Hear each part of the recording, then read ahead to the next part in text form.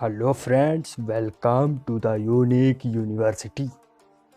आज हम आपको एक बहुत ही बड़ी नहर के बारे में बताने वाले हैं। जो नहर मानव निर्मित है और दुनिया की सबसे बड़ी नहरों में से एक, पनामा नहर, जिसका नाम है कैनाल दी पनामा, जो कि पनामा में स्थित है। एक बड़ी सी नहर है जिसकी बहुत ही दिलचस्प कहानी है। यह एक जलयान नहर है जो कि पनामा में स्थित है और प्रशांत महासागर की अटलांटिक महासागर से जोड़ती है। इस नहर की लंबाई 72 किलोमीटर तथा चौड़ाई 90 मीटर है, गहराई 12 मीटर है। यह अंतर्राष्ट्रीय जलमार्गों का बहुत ही महत्वपूर्ण हिस्सा है। इस नहर पर पनामा देश का नियंत्रण है। इसके प्रयोग से लगभग 12,875 किलोमीटर की यात्रा की बचत होती है। इस नहर का निर्माण 14 अगस्त 1914 को पूरा हुआ था। 15 अगस्त 1914 से इसमें जहाज आते जाते हैं। इससे जहाज़ों के निकलने के लिए 3 लॉक्स का निर्माण किया गया है। इसमें जलपोतों को प्रवेश कराकर पानी भरकर ऊपर उठाया जाता है, फिर आगे बढ़ते हैं। यह नहर एक झील से होकर जाती है जो कि समुद्र तल से ऊपर है, जिसके कारण लॉक्स का निर्माण किया गया है। American society of civil engineers ने आधुनिक स्ट्रक्चर के 7 आश्चर्यों में से इसको स्थान दिया है। इसको बनाने में 34 करोड़ 50 लाख रुपए लगे थे, जो कि वर्तमान लागत आज के समय 8 अरब 60 करोड़ रुपए के बराबर है। 31 दिसंबर 1999 को इस नहर का प्रशासन पनामा को सौंपा गया। इसमें से जहाज़ों से निकलने की बहुत ही विचित्र व्यवस्था है। पहले लॉक में पानी भरकर जहाज़ को 85 फीट ऊपर उठाया जाता है।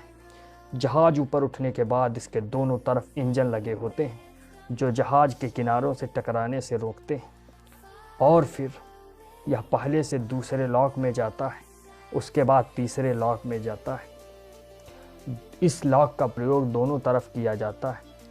दुनिया भर का 5% व्यापार इसी जगह से होता है। पनामा नहर से पहले 1050 फीट लंबे तथा 110 फीट चौड़े और 41.2 फीट गहराई तक के ही जहाज निकल पाते थे, परंतु अब इसको और बड़ा तथा बड़े जहाज़ों के प्रयोग के लिए और सुदृढ़ बनाया जा रहा है। यह नहर गाटून झील से होकर निकलती है। हाल ही में इसके लॉक्स में पानी भरने से और छोड़े जाने के कारण इसकी गुणवत्ता प्रभावित हुई है।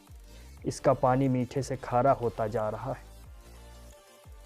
बात करें इसके निर्माण की, तो पनामा नहर को बनाने के लिए सबसे पहली योजना स्पेन के राजा और पवित्र रोमन साम्राज्य के सम्राट चार्ल्स पंचम ने सन 1534 में पास की। 1658 में स्कॉटलैंड राज्य द्वारा किया गया, जो एक स्थल मार्ग था, लेकिन विषम परिस्थितियों के कारण इसको 1700 में ही छोड़ दिया गया। 1855 में विलियम कनिश नामक इंजीनियर ने संयुक्त राज्य अमेरिका की सरकार के लिए काम करते हुए इसका निरीक्षण किया। इसमें फ्रांसीसियों का भी उत्साह था। 1 जनवरी 1887 को फर्नांडीज की लेसप के नेतृत्व में शुरुआत हुई, जो सुएज नहर का निर्माण करता था।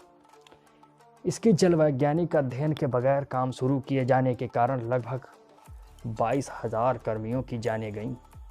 उसके बाद 1889 में यह कंपनी दिवालिया हो गई और उसने भी कार्य बंद कर दिया। फिर एक कंपनी कॉम्पैग्नी नोवेल जो कैनाल दी पनामा बनी।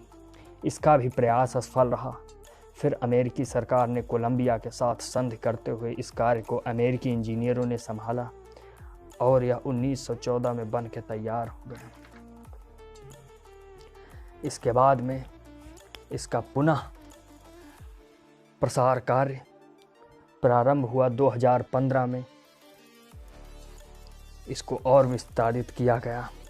इसके लॉक्स में ढेर सारा पानी बर्बाद होता था, जिसकी समस्या से बचने के लिए लॉक्स के बगल में 3 बड़े बड़े चैम्बर्स का निर्माण किया गया और ढेर सारा पानी उनमें एकत्र कर लिया जाता है, जो कि जहाज को ऊपर उठाते समय वो पानी प्रयोग कर लिया जाता है बड़े बड़े पंप के द्वारा, और जहाज के निकल जाने के बाद जब जल स्तर गिराना रहता है तो यह पानी नीचे बड़े बड़े चैम्बर्स में इकट्ठा कर लिया जाता है।